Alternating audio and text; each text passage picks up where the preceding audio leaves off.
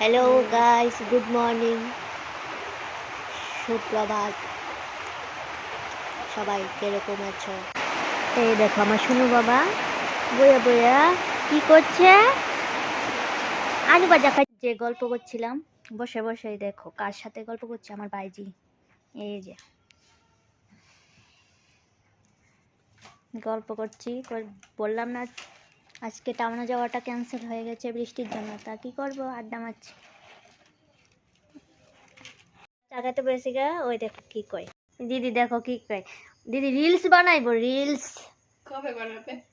না কি করে, না না রিলস না, সরি, গ্রুপে কথা বলছে, কথা